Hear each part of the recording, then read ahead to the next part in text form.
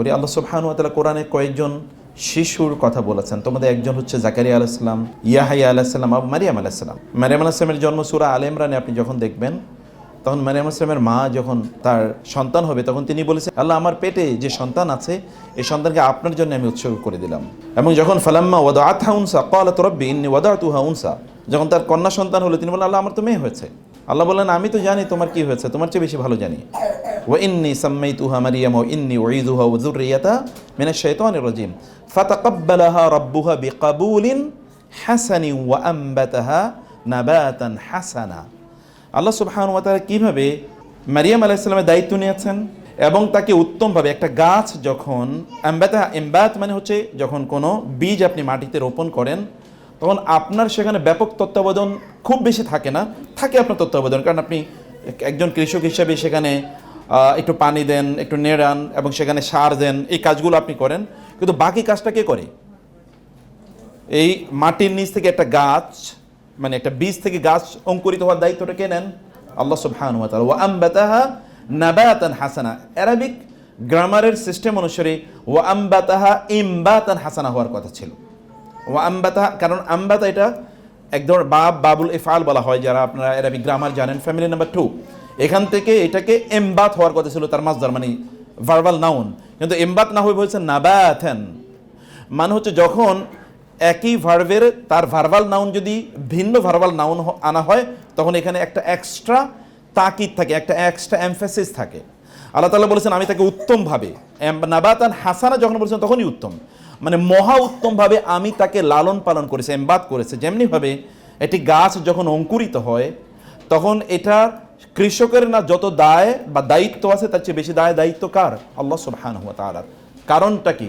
তার প্যারেন্ট, তার মায়ের যে অ্যাটিটিউড, আগে আল্লাহ সুবহানাহু ওয়া তাআলা তার মায়ের অ্যাটিটিউডটাকে করেছেন, মানে আমলে নিয়েছেন, এবং এরপর আল্লাহ তাআলা বলেন ফাতাকাব্বালাহা রাব্বুহা বিকাবুলিন হাসানিন, আল্লাহ তাআলা তাকে কাবুলিন হাসান, নাবাতান হাসানা, সবগুলোর সাথে হাসান, সর্বোত্তম সর্বোত্তম সর্বোত্তম।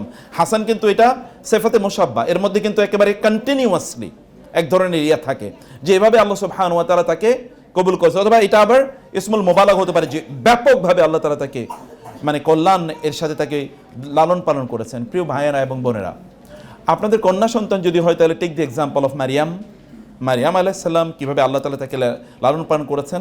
আর যদি আপনার ছেলে সন্তানের কথা হয়, তাহলে এটা ঈসা অথবা ইয়াহইয়া আলাইহিমুস সালাম, তাদের দুজনের অবস্থা দেখেন।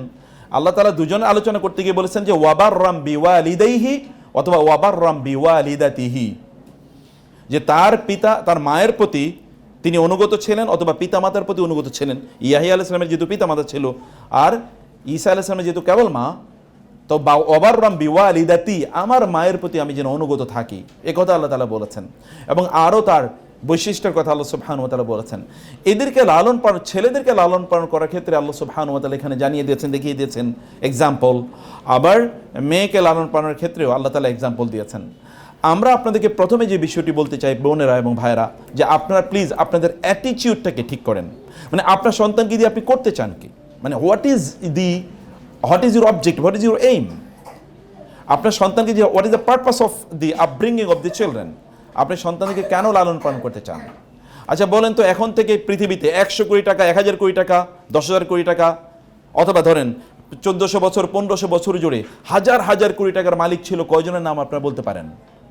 খুব বেশি লোকের নাম বলতে পারবেন না, কিন্তু আপনার নাম বলতে পারবেন আব্দুল্লাহ ইবনে আব্বাসের, নাম বলতে পারবেন আবু হুরায়রার, নাম বলতে পারবেন ইমাম মালিকের, নাম বলতে পারবেন ইমাম আবু হানিফার, অথবা আপনার নাম বলতে পারবেন কার? ইমাম আহমদ বিন হাম্বল, ইমাম শাফিঈ, অথবা ধরেন আপনি ইমাম আল গাজালি। এরকম দেখেন আপনি হাজার হাজার ভালো মানুষদের নাম আপনি বলতে পারেন, কিন্তু এরকম বিলিয়নিয়ার, ট্রিলিয়নিয়ার, এরকম বিশাল বড় সম্পদের অধিকারী আপনি দুই একজনের নাম, 2-4 জনের নাম বলতে পারবেন, আপনি 2-4 জনের নাম আপনি বলতে পারবেন না। ফলশ্রুতিতে আপনাকে বুঝতে হবে যে মানে what is actually the meaning of life, what is the meaning of success, সফলতার মানে কি, জীবনের মানে কি। সন্তানদের লক্ষ্য, আপনার সন্তানদেরকে লক্ষ্য করে আপনার উদ্দেশ্য রেখে আপনি তাদেরকে কি করতে চান? টাকা পয়সা ইনকামের জন্য যন্ত্র যদি তাকে বানাতে চান, টাকা পয়সা ইনকামের জন্য কোনো স্কুলও পড়ানো দরকার, ইউনিভার্সিটিতে পড়ানো দরকার নেই। আপনি দেখেন আমরা যারা চাকরি বাকরি করি, আমরা কয় টাকা বেতন পাই? আমি চাকরি শুরু করেছি 10,000 টাকা বেতন দিয়ে, না তারও আগে 1998 সালে আমি একটা প্রতিষ্ঠানে চাকরি করতাম, একটা মাদ্রাসায়, সরকারি মাদ্রাসায় প্রভাষক হিসেবে। বেতন পাইতাম হলো 2800 টাকা। এরপরে 2001 ইউনিভার্সিটিতে জয়েন করছি, 10,000 টাকা বেতন দিত, বাসা ভাড়া 5,500 টাকা আর 4,500 টাকা বাকি থাকতো। কিন্তু তখনও দেখেছি আমাদের বন্ধু বান্ধবদের মধ্যে যারা ব্যবসায় ঢুকে তারা লাখ লাখ টাকা ইনকাম করে, কোটি কোটি টাকা ইনকাম করে। তো টাকা ইনকামের জন্য তো আপনার পড়াশোনার দরকার নাই। আমরা পড়াশোনা কেন করছি? যদি অবজেক্টিভ হয় টাকা পয়সা ইনকাম করা, তাহলে এই টাকা দিয়ে আমরা অন্য কাজই করতে পারি। ওকে অন্য স্কিল ডেভেলপ করে দিলে তার চেয়ে অনেক টাকা ইনকাম করা যায়। পড়াশোনা যেমন আমাদের বোনরা মাদ্রাসা, আমি পড়াশোনা করেছি, আমি কি ক্যারিয়ার ডেভেলপ করব না? পড়াশোনা কি ক্যারিয়ার ডেভেলপমেন্টের জন্যে? পড়াশোনাটা তো আপনাকে ইন্টারনালি গ্রো করবে, আপনাকে ইন্টারনালি গ্রো করবে। একজন শেখকে গিয়ে এক ছাত্র জিজ্ঞেস করলেন যে আমি এত বই পড়ি তো কিছুই তো মনে থাকে না, আচ্ছা তাহলে পড়িয়া লাভ কি? The more you read the more you forget. আপনি যতই পড়িবেন ততই কি ভুলিবেন, যতই ভুলিবেন ততই কি এরপরেরটা ততই শিখেবেন। অতটুকু আমরা বলছি না, যতই পড়িবেন ততই ভুলিবেন। এখন ওস্তাদ বলতেছে ভালোই তো, প্রশ্ন তো রাইট। বলে আচ্ছা ঠিক আছে, তুমি যে খাওয়া দাওয়া করো ডেইলি, এরপরে তো তুমি টয়লেটে দিয়ে সব ফেলে দাও, তাহলে খায়া লাভ কি? খাচ্ছ কেন, খেয়ে লাভ কি? তুমি যে খাচ্ছ, যা বের হয়ে যাচ্ছে সেটা অপ্রয়োজনীয় অংশটা বের হয়ে যাচ্ছে, যা তোমার থাকা দরকার এটাই থাকছে, তুমি দেখছো না, কিন্তু তুমি গ্রো করছো গ্র্যাজুয়ালি, তুমি গ্রো করছো। আপনি যখন পড়েন তখন আপনি ইন্টারনালি গ্রো করেন। আপনার গ্রোথের জন্য, আপনার স্পিরিচুয়াল গ্রোথ, আপনার ইন্টারনাল গ্রোথের জন্য, আপনার হিউম্যান গ্রোথের জন্য আপনাকে পড়া দরকার। আপনার সন্তানদেরকেও আপনি পড়ান, তারা যেন মানুষ হয়। পড়ে তো মানুষ হয় না। দেখেন না এখন প্রতিষ্ঠানগুলোর পরিস্থিতি কি, বিশ্ববিদ্যালয় থেকে কি বের হয়? ক্যাডার বের হয় নাকি বিশ্ববিদ্যালয় থেকে?